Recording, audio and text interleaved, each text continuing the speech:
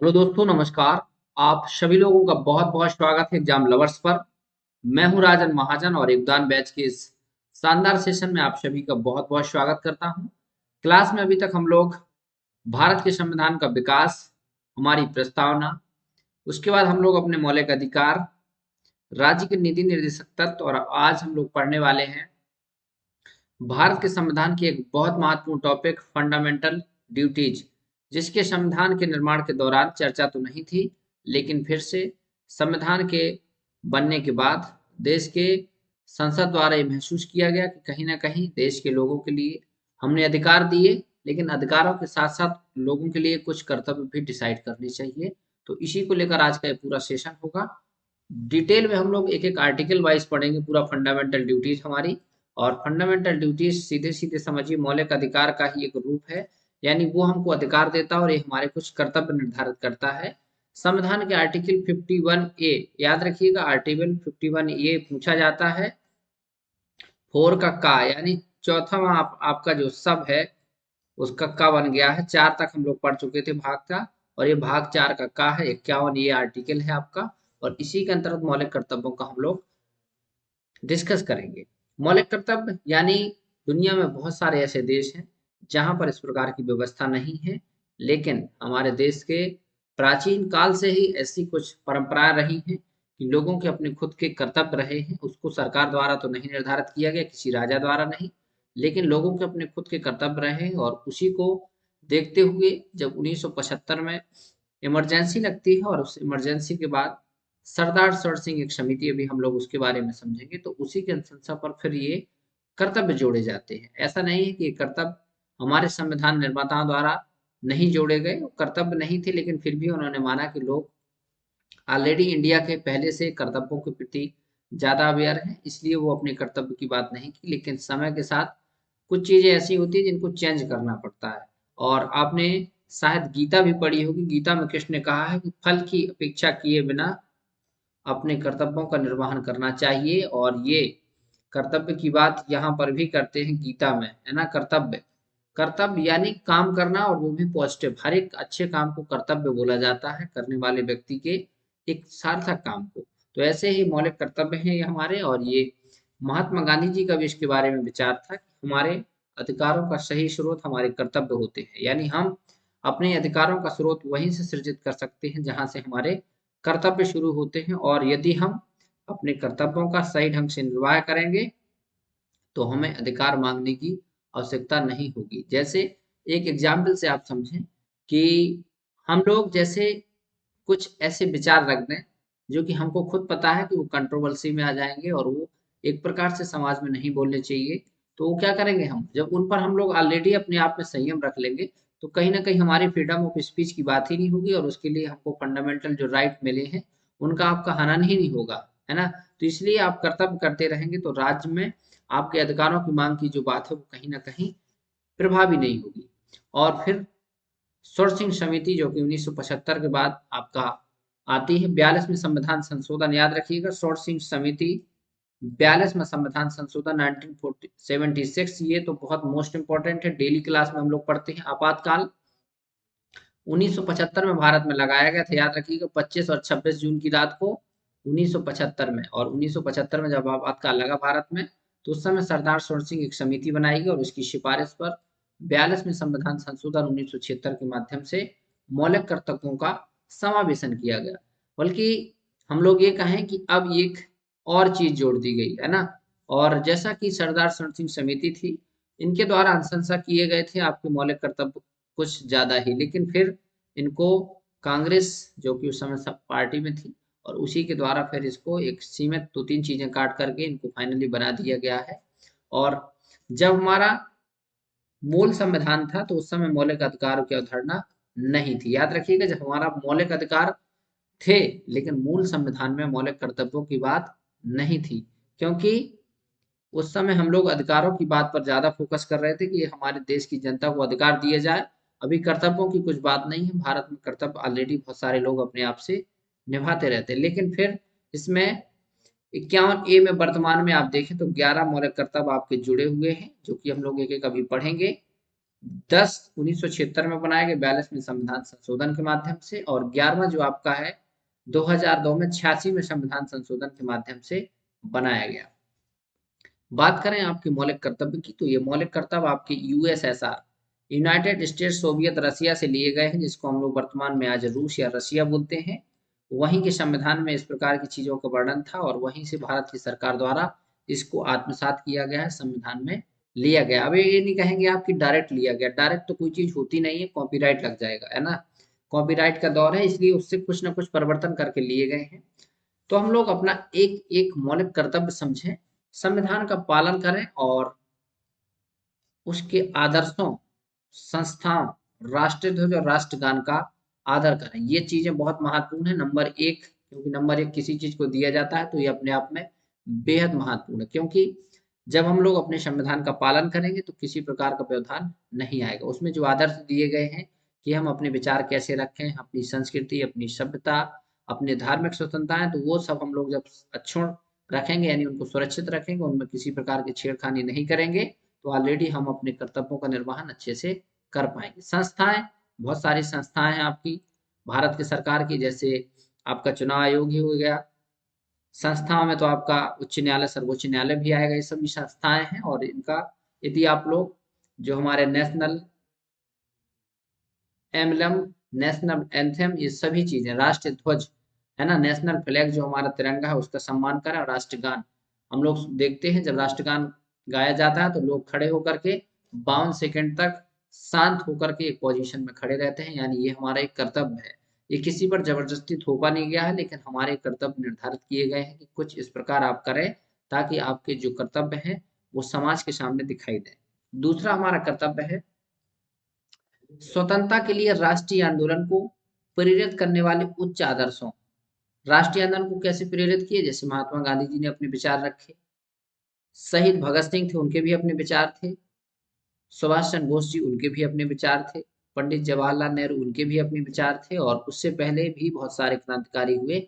स्वतंत्रता आंदोलन के दौरान उनके अपने अपने विचार रहे, जो कि एक उच्च आदर्श हैं, और उन आदर्शों को आज भी हम संजो के रखें। जैसे महात्मा गांधी का विचार, अहिंसा का विचार, और भी बहुत सारे लोग थे कि हम लोग स्वतंत्रता को लेकर रहेंगे। तो ये हमारे उच्च आदर्श हैं और इनका हम लोग उनको संजो रखें, यानी ये ना कहें आने वाले समय में कि नहीं कुछ नहीं किया इन्होंने, इन्होंने सिर्फ देश के लिए खाली एक नौटंकी की है ना। तो ये शब्द कभी यूज ना करें, संजो रखें और उनका पालन भी करें जो उनके आदर्श हैं।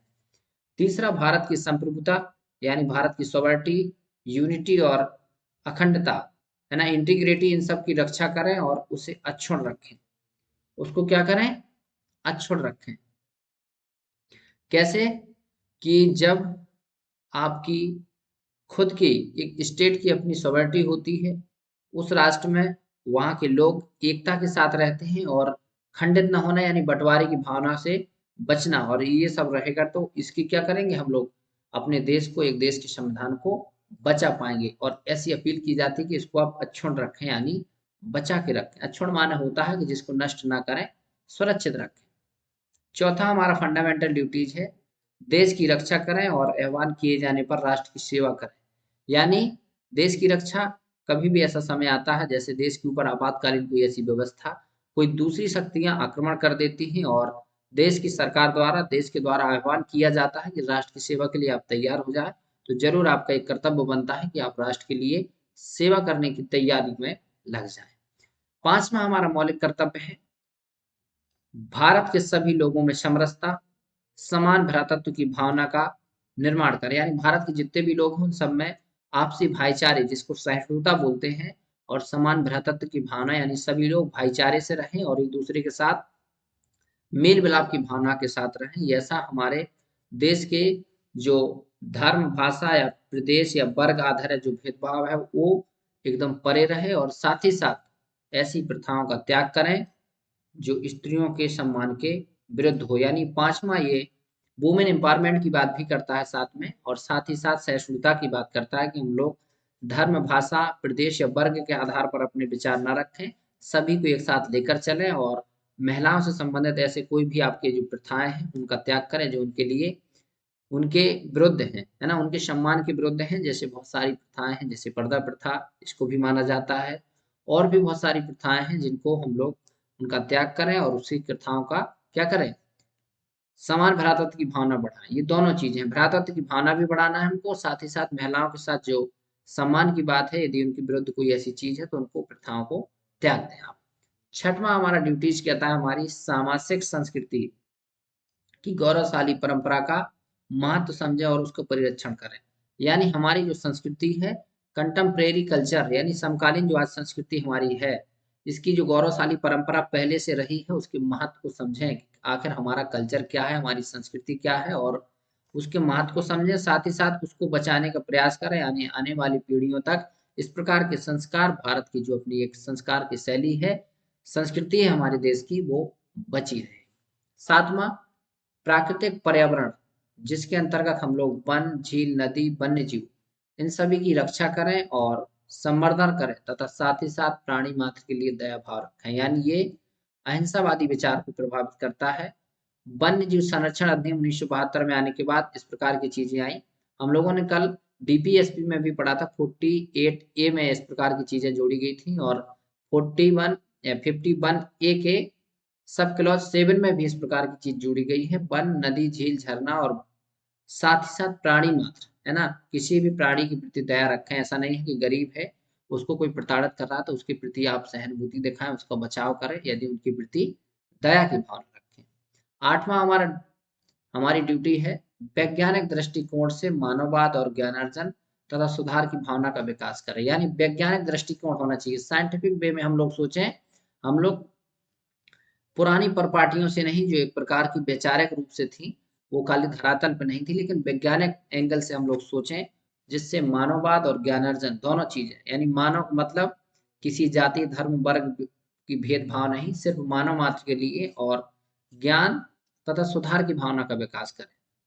ज्ञानार्जन यानी ज्ञान को बढ़ाएं और उसके साथ साथ सुधार की भी भावना रखें हमारे समाज में। ये वैज्ञानिक दृष्टिकोण हम सबका होना चाहिए। ऐसी विकास की बात की गई है, विकास करें, यानी करें का मतलब होता है, करेगा मतलब फोर्स कर रहा है थोड़ा सा, करें मतलब आपकी इच्छा पर निर्भर छोड़ रहा है। नौवां देखें, सार्वजनिक संपत्ति को सुरक्षित रखें और हिंसा से दूर रहें। यानी ये भी आपका महात्मा गांधी जी के हिंसा के विचार से प्रभावित है, कि उनका काम था कि वो हिंसा से एकदम दूर रहते थे, अहिंसा के मार्ग पर। और जो सार्वजनिक संपत्ति है, यानी भारत सरकार के अंतर्गत जो भी राज्य की अंतर्गत संपत्ति आती है, उनको आप सुरक्षित रखें और साथ ही साथ किसी प्रकार की हिंसा से आप दूर रहें। 10वां आपका, और मूल संविधान का 10वां है, ये व्यक्तिगत और सामूहिक गतिविधियों के सभी क्षेत्रों में उत्कर्ष की ओर बढ़ने का सतत प्रयास करें।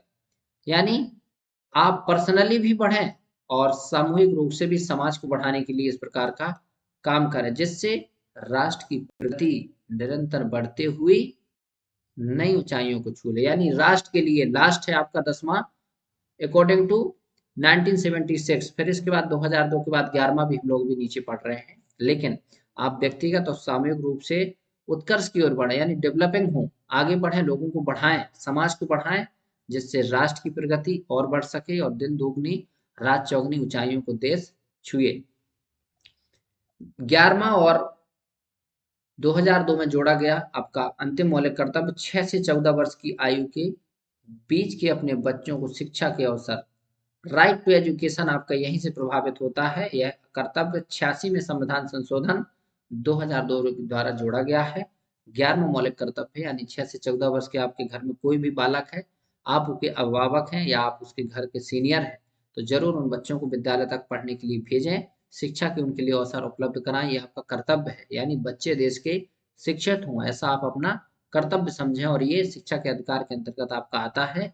आर्टिकल 21A फंडामेंटल राइट में इसको जोड़ा गया है, 45 में आपके डीपीएसपी में जोड़ा गया है, और 51A के सब क्लॉज 11 में भी इसको जोड़ा गया है। इसको आप याद रखिएगा, ये पेपर में आने वाला प्रश्न है, टिपिकल नहीं है, एकदम सरल है। एजुकेशन से रिलेटेड जो भी पेपर देंगे आपका 101 इस प्रकार का प्रश्न पूछने को आएगा आपको। बहुत सारी ऐसी चीजें हैं जो कि हमारे मौलिक कर्तव्य की एक विशेषताओं में है, जैसे इसमें दो प्रकार की चीजें एक साथ समाहित है, नैतिक और नागरिक। नैतिक का मतलब आप एक समझ सकते हैं कि हम लोग नैतिकता बनती है हमारी कि हम इस प्रकार का काम करें, और एक नागरिक होने के नाते हम इस प्रकार का काम करें। दोनों चीजें इस मौलिक कर्तव्य में आपके समाहित है। जैसे हमारा नैतिक कर्तव्य ये है कि राष्ट्र जो स्वतंत्रता के प्रति कर प्रेरित करने वाले महान कर्तव्यों का पालन करें। जो हमारी स्वतंत्रता है वो बनी रहे, उसके लिए हमारे नैतिक कर्तव्य है कि हम अपने देश की स्वतंत्रता को बचाए रखें। और एक नागरिक होने के नाते हमारा नागरिक कर्तव्य क्या है कि राष्ट्रीय गान, राष्ट्रीय ध्वज और संविधान का पालन करें। यानी ये दोनों हमारे कर्तव्य एक साथ लेकर चलता है मौलिक कर्तव्य। ये नैतिक भी है और साथ ही साथ नागरिक भी। दूसरा इसी का विशेषताएं देखें, मौलिक कर्तव्य केवल भारत के नागरिकों पर लागू होते हैं, थोड़ी बहुत किसी विदेशी व्यक्ति पर लागू होते हैं, बाकी भारत के ही लोगों पर ये मौलिक कर्तव्य आपके लागू होते हैं। राज्य के नीति निर्देशक सिद्धांतों की तरह मूल कर्तव्य के हनन के विरुद्ध कोई कानूनी प्रावधान नहीं है। ये भी गैर न्यायोचित है, आप याद रखिएगा। मौलिक अधिकार और मौलिक कर्तव्य काफी अपने आप में डिफर होते हैं। अधिकार आपको न्याय के लिए ले जाते हैं, लेकिन गैर न्यायोचित हैं। आप करेंगे तो ठीक है, नहीं करेंगे तो ये आपकी इच्छा पर निर्भर करता है। और ये इसकी एक थोड़ी सी कमी लगती है हमको, है ना, क्योंकि ये किसी किसी प्रकार का एक लोकतंत्र होने के नाते भारत में ठीक है, लेकिन फिर भी समाज के ऊपर थोड़ा सा इसका दबाव भी होना चाहिए। इसकी बहुत सारे लोग आलोचना भी करते हैं मौलिक अधिकारों की, सॉरी मौलिक कर्तव्यों की। डीपीएसपी में हम लोगों ने पढ़ा, उसकी भी आलोचना हुई। आलोचना हर एक चीज की होती है, सर्वश्रेष्ठ कोई नहीं बना सकता, खामियां कहीं ना कहीं सबको दिखाई देती हैं, तो उन्हीं को हम लोग समझेंगे। कर्तव्यों की सूची पूर्ण नहीं है। लोग कहते हैं कि जो मौलिक कर्तव्य बनाए गए हैं उनकी सूची पूर्ण नहीं है, क्योंकि उसमें मतदान का अधिकार, कर अदायगी का अधिकार और परिवार नियोजन, ये तीनों चीजों को कर्तव्य के रूप में जोड़ना चाहिए था। ये देश के नागरिकों को कर्तव्य होना चाहिए कि हम लोग मतदान करने जाएं, टैक्स पे करें और परिवार नियोजन यानी जनसंख्या नियंत्रण के बारे में भी अपने विचार रखें और इसके लिए समाज के प्रति अपना कर्तव्य समझें। लेकिन इनको कर्तव्यों की सूची में नहीं जोड़ा गया है। कुछ ऐसे शब्द हैं जिनकी स्पष्ट व्याख्या नहीं है, अस्पष्ट है। जैसे उच्च आदर्श। अब उच्च आदर्श की कोई स्पष्ट व्याख्या नहीं कि उच्च आदर्श होते क्या है। आदर्श तो आप जानते हैं, लेकिन उनसे भी उच्च है, हाई क्वालिटी के हैं। आप जो भी आपकी नजर में हो वो उच्च हो। सामाजिक संस्कृति। अब सामाजिक संस्कृति से ये नहीं समझ में आता कि आखिर सामाजिक संस्कृति होती क्या है। इसकी क्लियर डेफिनेशन आपको कहीं नहीं मिलेगी। और वैज्ञानिक दृष्टिकोण। वैज्ञानिक दृष्टिकोण ऐसे शब्द हैं जिसकी स्पष्ट व्याख्या नहीं की जा सकती है, बस समझा जा सकता है कि किसी भी चीज को वैज्ञानिक दृष्टि से यानी साइंटिफिक वे में देखना कि आखिर इसका क्या परिणाम होगा और क्या इससे समस्या उपज सकती है। इसको गैर न्यायोचित कहा गया, जैसा कि मैंने बताया आपको। ये ये अपनी गैर न्यायोचित छवि के कारण मौलिक कर्तव्यों को न निभाने पर कोई अर्थदंड या सजा का प्रावधान नहीं। आपने कोई भी अपने इनमें से 11 कर्तव्यों में से नहीं निभाए, ऐसा नहीं है। किसी के गार्जियन अपने बच्चे को स्कूल पढ़ने ना भेजें तो उनको सरकार द्वारा जेल में डाल दिया जाएगा, ये उनकी इच्छा पर निर्भर है। प्रयास किया जाएगा, समझाया जाएगा, लेकिन ये कहीं फोर्स नहीं करेगा। लास्ट देखें, मौलिक अधिकारों के बराबर ना होना, यानी ये मौलिक अधिकारों के बराबर नहीं है। आलोचकों का कहना है कि मौलिक कर्तव्यों को भाग 3 के बाद जोड़ा जाना चाहिए था ताकि उन्हें मौलिक अधिकारों के बराबर रखा जा सके, लेकिन इनको जोड़ा गया भाग 4 का में। याद रखिएगा, इसलिए भाग 3 के बाद यदि 4 में जोड़ा जाता तो अधिकार और कर्तव्य के बीच कुछ समानता महसूस होती, लेकिन ऐसा कुछ नहीं किया गया क्योंकि ये बहुत बाद में जोड़ा गया है। आगे हम लोग देखें, इसका कुछ हमारे जीवन में महत्व भी है। क्यों? क्योंकि इसके द्वारा नागरिकों को अपने देश, समाज, नागरिकों के प्रति अपने खुद के कर्तव्यों की जानकारी रखनी चाहिए। इसका महत्व है कि इसके द्वारा यदि आप कर्तव्य आपके हैं तो इनका कुछ अपने जीवन में महत्व है, जिससे आप देश, समाज और नागरिक होने के नाते अपने कर्तव्यों की जानकारी रखें। राष्ट्र विरोधी कार्यों में मौलिक कर्तव्य एक चेतावनी की तरह कार्य करते हैं। यानी राष्ट्र विरोधी आप कोई कार्य करते हैं तो उसमें आपको स्पष्ट बताया गया। यहाँ पर आप देखें, यहाँ पर लिखा है सार्वजनिक संपत्ति को सुरक्षित रखें और हिंसा से दूर रहें। दूसरी चीज यहाँ पर देखिए, देश की रक्षा करें और ऐलान किए जाने पर राष्ट्र की सेवा करें। ये सभी चीजें बताई गई हैं यहाँ पर, ताकि लोगों के अंदर एक भावना रहे कि वो राष्ट्र विरोधी किसी प्रकार का काम ना करें, राष्ट्र के लिए समर्पित रहे। ये हमें महत्व बताता है। मौलिक कर्तव्य का तीसरा महत्व हम समझें, नागरिकों में अनुशासन और प्रेरणा बढ़ाता है। ये इससे हम लोगों के बीच एक अनुशासन और एक प्रेरणा आती है कि हम अपने संविधान के आदर्शों और साथ ही साथ जितने भी हमारी संस्थाएं हैं उनका हम लोग सम्मान करें और उनके प्रति एक विश्वास रखें। मौलिक कर्तव्य अदालतों को विधि की संवैधानिक वैधता और परीक्षण में सहायता करता है। जैसे हम कर्तव्य के माध्यम से समझेंगे, क्योंकि ये कर्तव्य है और ये बताता है कि इसकी वैधता संवैधानिक है या नहीं, इससे परीक्षण होता है क्योंकि कर्तव्यों के माध्यम से डिफाइन हो पाएगा। लास्ट समझेंगे, विधि द्वारा लागू किए जाते हैं, इनमें किसी को भी पूर्ण न होने पर संसद द्वारा अर्थदंड या सजा का प्रावधान कर सकती है। जो मौलिक कर्तव्य हैं विधि द्वारा लागू किए जाते हैं और इनमें से किसी पर भी पूर्ण ना होने पर संसद द्वारा अर्थदंड या सजा का प्रावधान कर सकती है। ऐसा है नहीं, कर सकती है। ये महत्व है कि यदि आप देखें कि बहुत सारी जगहों पर लिखा रहता है कि गुटखा खाने का थूकने पर आपको 500 रुपये जुर्माना है, तो ये आपका पहले कर्तव्य है कि आप ना थूकें, लेकिन वहां पर लिखा है यानी वो आपके कर्तव्य के खिलाफ है और आपको उसका अर्थदंड देना पड़ सकता है। तो ये कुछ बेसिक मौलिक कर्तव्य के महत्व थे।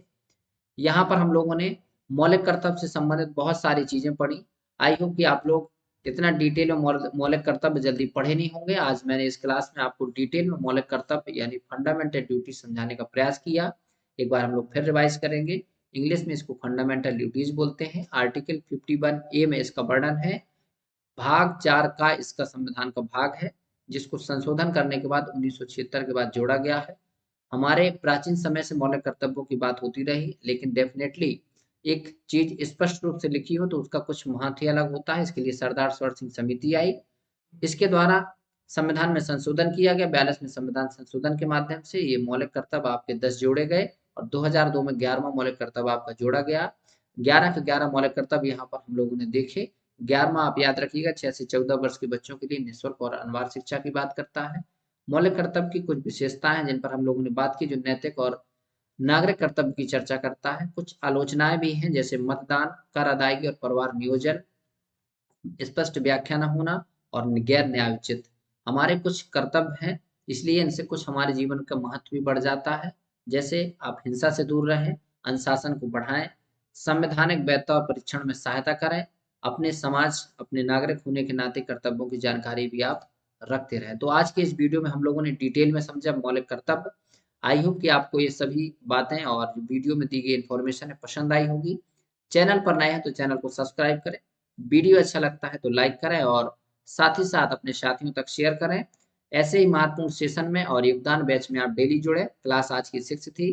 कल हम लोग फिर संसदीय व्यवस्था हमारा नेक्स्ट टॉपिक होगा, उसके साथ हाजिर होंगे। तब तक रखिए अपना ख्याल, जुड़े रहिए एग्जाम लवर्स के साथ।